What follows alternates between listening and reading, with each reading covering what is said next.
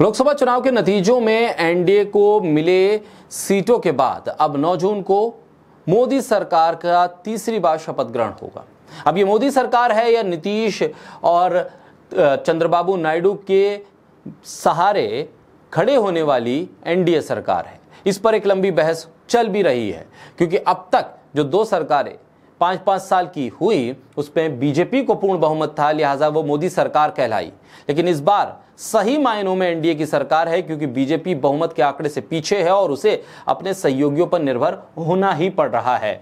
लिहाजा इस बार मोदी सरकार नहीं बल्कि एनडीए सरकार शपथ लेने जा रही है। प्रधानमंत्री के तौर पर नरेंद्र मोदी का तीसरा कार्यकाल चुनौतियों से भरा रहने वाला है। अभी सिर्फ और सिर्फ सरकार कैसे बनेगी, चेहरा कौन होगा, इसी में बीजेपी के पसीने छूट रहे हैं। दरअसल इस बार बीजेपी को अपने दम पर बहुमत नहीं मिला है, इसलिए उसे सरकार बनाने और बचाने के लिए अपने सहयोगी दलों पर निर्भर रहना पड़ेगा। याद रखिए, सरकार बनाने में भी और सरकार को बचाए रखने में भी।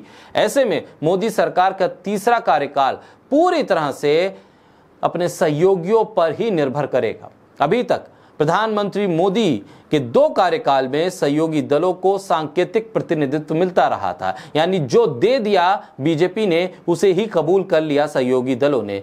ये तमाम सहयोगी दल कृपा पात्र के तौर पर थे बीजेपी के। बीजेपी को पसंद आया तो मंत्रालय दे दिया, नहीं पसंद आया तो बिना मंत्रालय के ही गठबंधन का सहयोगी बनाकर रखा, सिर्फ फोटो फ्रेम के लिए। लेकिन इस बार पूरा का पूरा सिनेरियो बदल गया है। इस बार प्रतिनिधित्व देना भी पड़ेगा और मनमर्जी का देना पड़ेगा, यानी उनकी संख्या के अनुपात में मंत्री पद देने के अलावा अब नुमाइंदगी कहने वाली होगी, सिर्फ दिखाने वाली नहीं।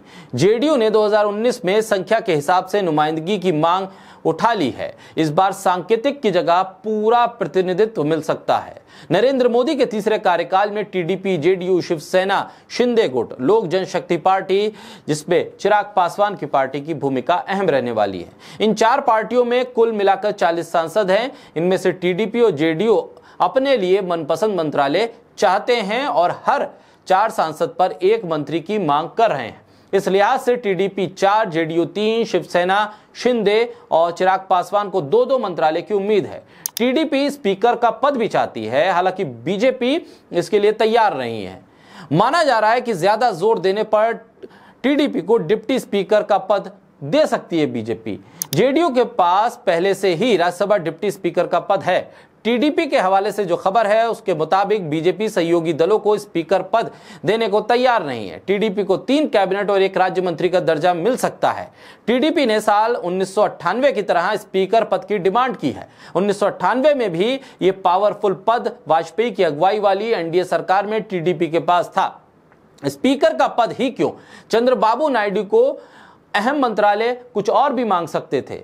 आपको बता दें कि लोकसभा स्पीकर का पद बहुत पावरफुल है और ये चंद्रबाबू नायडू जानते हैं। स्पीकर का फैसला काफी मायने रखता है। साल 2014 में सुमित्रा महाजन, 2019 में ओम बिरला को बीजेपी ने स्पीकर बनाया था, लेकिन अब बीजेपी के पास पूर्ण बहुमत नहीं है। ऐसे में उसे सहयोगी दलों पर निर्भर रहना पड़ेगा। मान लीजिए बीजेपी ने अपना स्पीकर बना भी लिया तो उसे लोकसभा में अविश्वास प्रस्ताव का सामना करना पड़ सकता है। फिर उसके सामने बहुमत साबित करने की चुनौती होगी। यही वजह है कि स्पीकर का रोल बहुत ही अहम हो सकता है।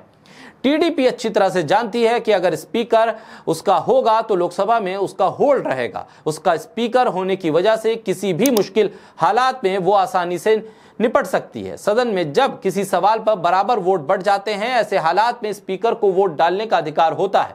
सदन में वोटिंग के दौरान लोकसभा अध्यक्ष की भूमिका काफी अहम होती है। इन्हीं सब वजहों से टीडीपी चाहती है कि सदन में उसका होल्ड रहे।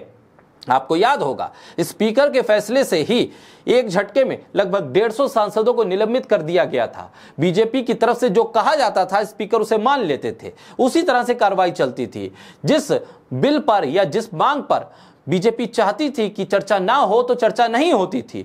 बीजेपी चाहती थी कि वोटिंग ना हो तो वोटिंग नहीं होती थी। विपक्ष चाहे कितने भी नारे लगाता रहे, वोटिंग की मांग करता रहे, चर्चा की मांग करता रहे, सवाल उठाता रहे, लेकिन स्पीकर सुनने को तैयार नहीं होते थे। ऐसे में बहुत मजबूत पद है स्पीकर का, जिसे टीडीपी बहुत अच्छे तरीके से जानती है और आने वाले वक्त में टीडीपी ये भी समझती है कि कहीं ऐसी स्थिति ना बने कि ऑपरेशन लोटस टीडीपी के ऊपर अगर चला दिया गया तो सांसदों की योग्यता और अयोग्यता का फैसला स्पीकर के हाथ में होता है। इन तमाम राजनीतिक उठापटक के बीच यह भी जरूरी है कि स्पीकर किस तरह से निष्पक्ष रहे।